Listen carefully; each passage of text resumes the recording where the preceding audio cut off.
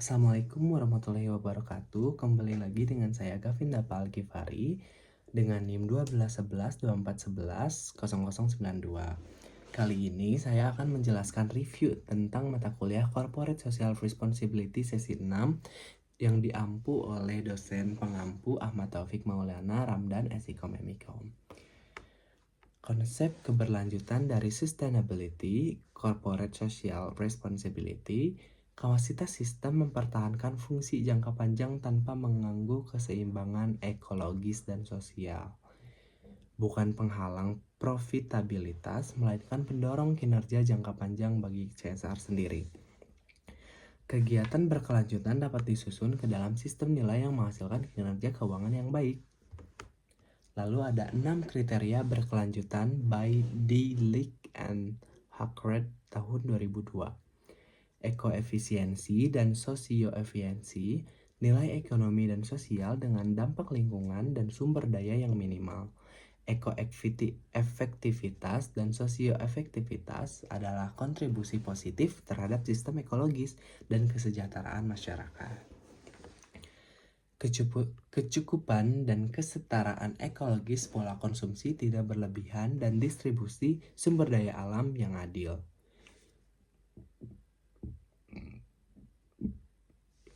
Lalu ada matriks dan sistem bersarang keberlanjutan. Van Marwijk dan Ware tahun 2003, metrik tingkat kinerja keberlanjutan, kepatuhan, integrasi, transformatif. Lalu ada Montiel, keberlanjutan sebagai sistem bersarang ekonomi bagian dari masyarakat. Masyarakat bagian dari ekologi. Ekonomi tidak tumbuh tanpa masyarakat sehat. Masyarakat tidak bisa berkembang tanpa lingkungan lestari. Tujuan strategis keberlanjutan perusahaan Pfizer, pembangunan ekonomi, pertumbuhan inklusif dan berkeadilan. Pembangunan ekonomi, pertumbuhan inklusif dan berkeadilan sendiri menumbuhkan inklusivitas dan juga keadilan antara masyarakat dan juga perusahaan. Efektivitas kelembagaan tata kelola perusahaan yang baik dan transparan. Tata kelola perusahaan yang baik dan transparan sepatutnya diimplementasikan kepada suatu perusahaan karena sebagai perusahaan perlu adanya transparansi kepada masyarakat dan juga negara. Oke. Lalu ada orientasi pemangku kepentingan dan ekosistem berkelanjutan. Orientasi pemangku kepentingan dan ekosistem berkelanjutan adalah pengakuan hak semua pihak dan perlindungan keanekaragaman hayati. Juga ada paradigma triple bottom line by Elkington, memperluas kinerja perusahaan dari suatu bottom line profit menjadi 3 dimensi. Yang pertama profit keuntungan, yang kedua people atau masyarakat, yang tiga planet. Profit sendiri memberikan keuntungan apa yang dihasilkan dari perusahaan. Yang kedua ada people, masyarakat. People sendiri membantu keberlangsungan suatu perusahaan dan juga memberikan akses pada suatu perusahaan. Planet atau lingkungan. Planet sendiri menyediakan sumber daya alam yang menjadi modal bagi suatu perusahaan. Lalu ada kesuksesan perusahaan diukur dari laba kontribusi sosial dan kelestarian lingkungan. Kesuksesan perusahaan diukur dari laba kontribusi sosial karena kelestarian lingkungan perlu adanya keselarasan antara sumber daya manusia dan juga sumber daya alam.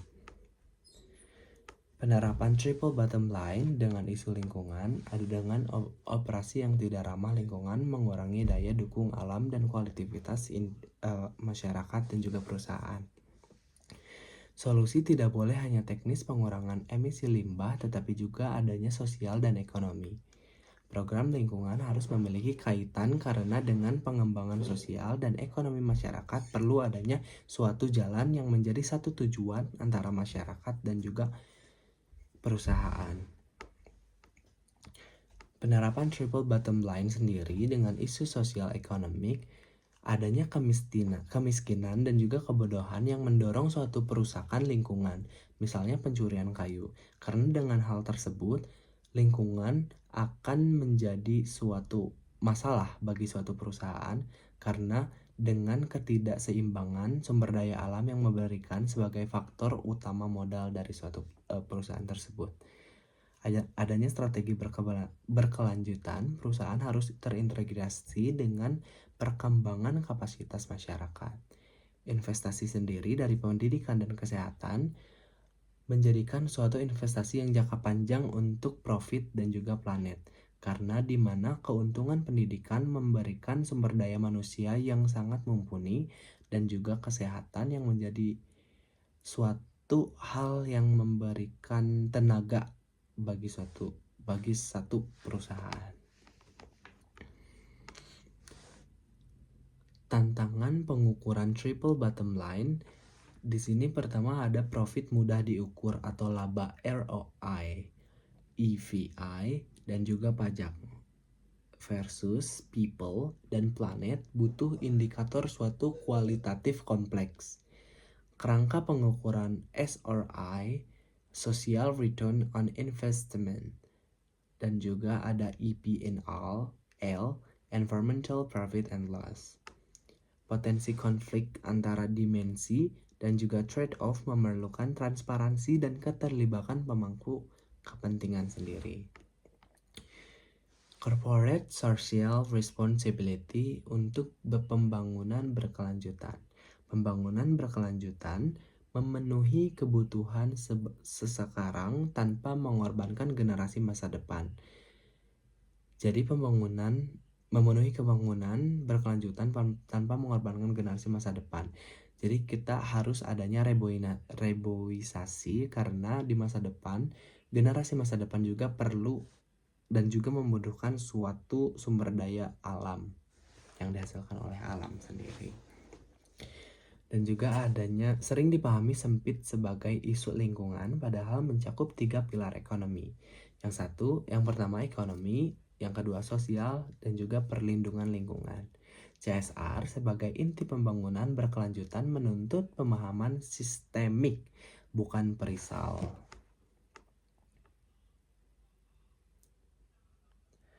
Sejarah panjang CSR dan keberlanjutan 5.000 tahun lalu, regulasi perkayuan Mesopotamia, Raja Hammurabi tahun 1700 sebelum Masehi.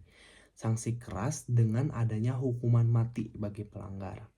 Tahun 1920-an, filantropi perusahaan dan tonggak pengosepan Corporate Social Responsibility modern by Wallace Dunham dan juga Harvard. Deklarasi Internasional Stockholm tahun 1972 dan juga Brundtland tahun 1987, lalu ada Rio 1992 ditambah dengan Kyoto 1997 dan yang terakhir ada Johannesburg tahun 2002. Sustainability Development Goals atau SDGs, 17 tujuan dan 169 target diadopsi 2015 bersifat universal, berlaku bagi semua negara. Sustainable Development Goals bukan sekedar agenda pemerintah, tetapi peta jalan strategis bagi bisnis. Perusahaan memiliki peran krusial karena sumber daya dan kapasitas melampaui pemerintah filantropi.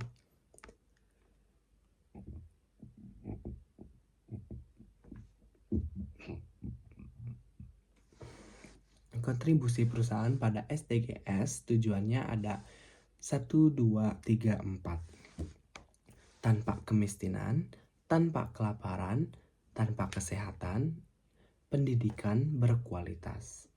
Tujuan yang kelima, 8, 10, 12, gender equality, pekerjaan yang layak, mengurangi kesenjangan, konsumsi dan produksi bertanggung jawab. Dan yang terakhir ada tantangan ditambah dengan kesimpulan. Tantangan implementasi dari Sustainability Development Goals sendiri prioritasnya adalah materiality, assessment, pengukuran indikator kompleks, pendanaan blend finance, tata kelola komitmen dewan direksi, social development goal sendiri mengubah CSR dari kegiatan sukarela menjadi bagian integral strategi korporat. Jadi, kesimpulannya, keberlanjutan dan TBL bukan sekedar filosofi etis, tetapi keharusan bisnis pada abad 21 untuk menciptakan nilai bersama. Terima kasih telah menonton sampai akhir. Saya Gavin, pamit undur diri. Wassalamualaikum warahmatullahi wabarakatuh.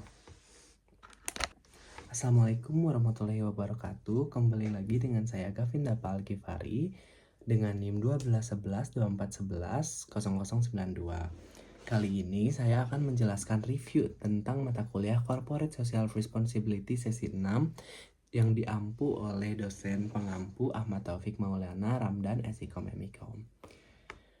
Konsep keberlanjutan dari sustainability, corporate social responsibility, kapasitas sistem mempertahankan fungsi jangka panjang tanpa mengganggu keseimbangan ekologis dan sosial. Bukan penghalang profitabilitas, melainkan pendorong kinerja jangka panjang bagi CSR sendiri. Kegiatan berkelanjutan dapat disusun ke dalam sistem nilai yang menghasilkan kinerja keuangan yang baik. Lalu ada 6 kriteria berkelanjutan by Delic and Hackett tahun 2002. Ekoefisiensi dan sosioefisiensi, nilai ekonomi dan sosial dengan dampak lingkungan dan sumber daya yang minimal. Ekoefektivitas dan sosioefektivitas adalah kontribusi positif terhadap sistem ekologis dan kesejahteraan masyarakat. Kecukupan dan kesetaraan ekologis, pola konsumsi tidak berlebihan, dan distribusi sumber daya alam yang adil.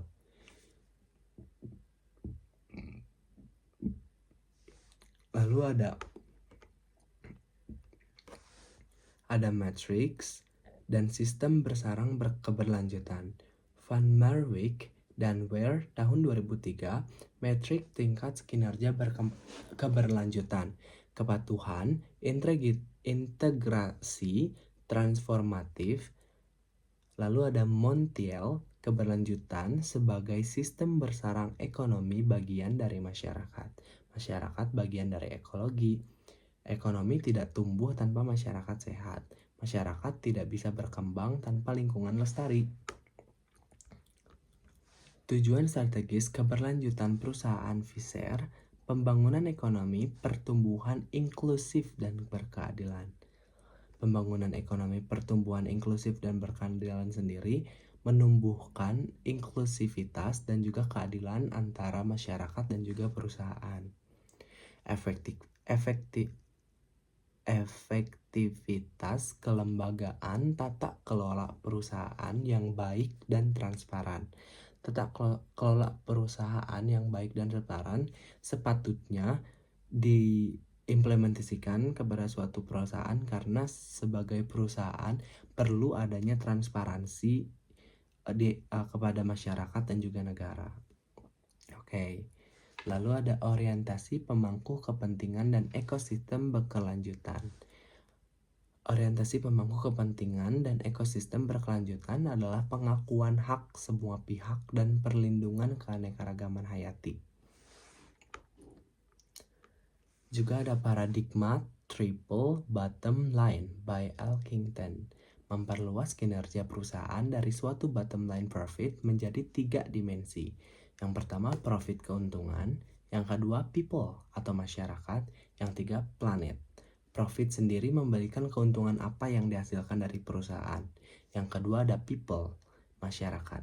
People sendiri membantu keberlangsungan suatu perusahaan dan juga memberikan akses pada suatu perusahaan. Planet atau lingkungan. Planet sendiri menyediakan sumber daya alam yang menjadi modal bagi suatu perusahaan. Lalu ada kesuksesan perusahaan diukur dari laba kontribusi sosial dan kelestarian lingkungan.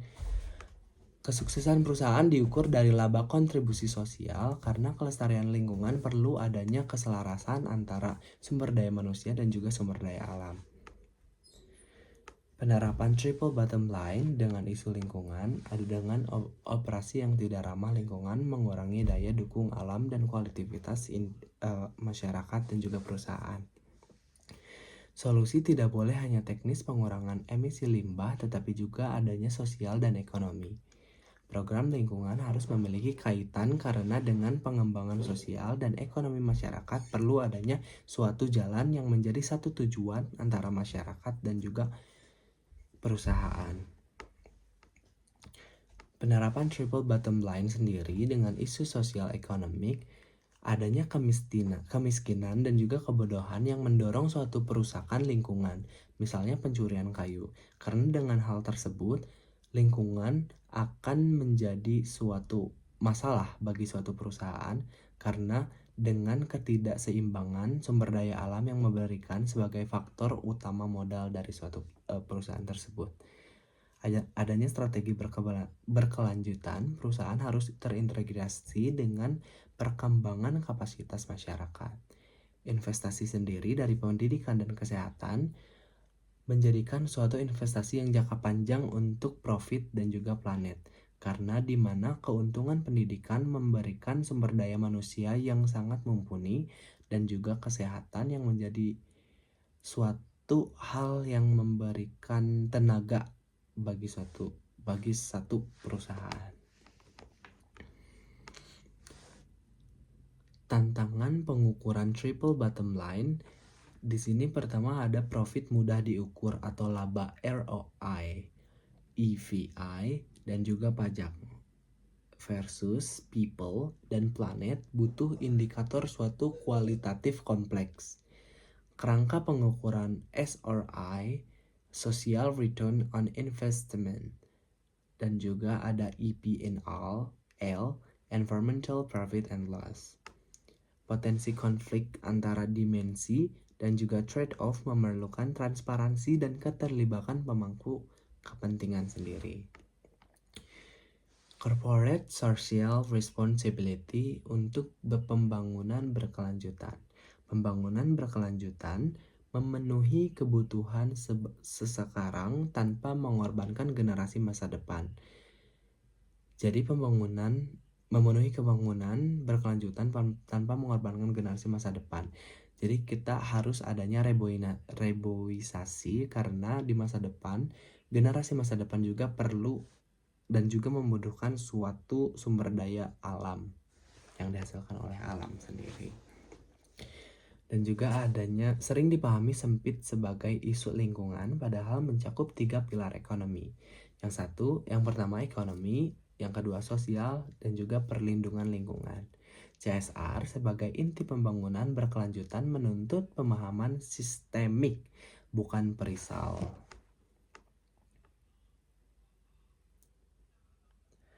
Sejarah panjang CSR dan keberlanjutan 5.000 tahun lalu, regulasi perkayuan Mesopotamia, Raja Hammurabi tahun 1700 sebelum Masehi. Sanksi keras dengan adanya hukuman mati bagi pelanggar. Tahun 1920-an, filantropi perusahaan dan tonggak pengosepan Corporate Social Responsibility modern by Wallace Dunham dan juga Harvard.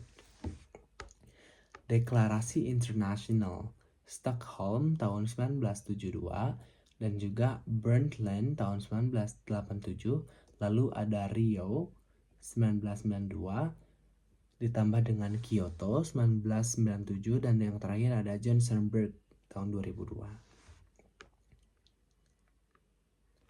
Sustainability Development Goals atau SDGs, 17 tujuan dan 169 target diadopsi 2015 bersifat universal, berlaku bagi semua negara. Sustainable Development Goals bukan sekedar agenda pemerintah, tetapi peta jalan strategis bagi bisnis. Perusahaan memiliki peran krusial karena sumber daya dan kapasitas melampaui pemerintah filantropi.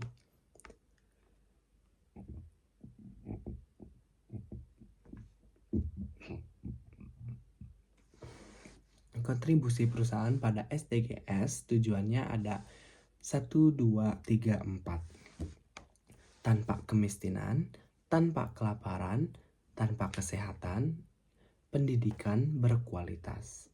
Tujuan yang kelima, 8, 10, 12, gender equality, pekerjaan yang layak, mengurangi kesenjangan, konsumsi dan produksi bertanggung jawab. Dan yang terakhir ada tantangan ditambah dengan kesimpulan. Tantangan implementasi dari Sustainability Development Goals sendiri prioritasnya adalah materiality, assessment, pengukuran indikator kompleks, pendanaan blend finance, tata kelola komitmen dewan direksi. Social Development Goals sendiri mengubah CSR dari kegiatan sukarela menjadi bagian integral strategi korporat. Jadi, kesimpulannya, keberlanjutan dan TBL bukan sekedar filosofi etis, tetapi keharusan bisnis pada abad 21 untuk menciptakan nilai bersama. Terima kasih telah menonton sampai akhir. Saya Gavin, pamit undur diri. Wassalamualaikum warahmatullahi wabarakatuh.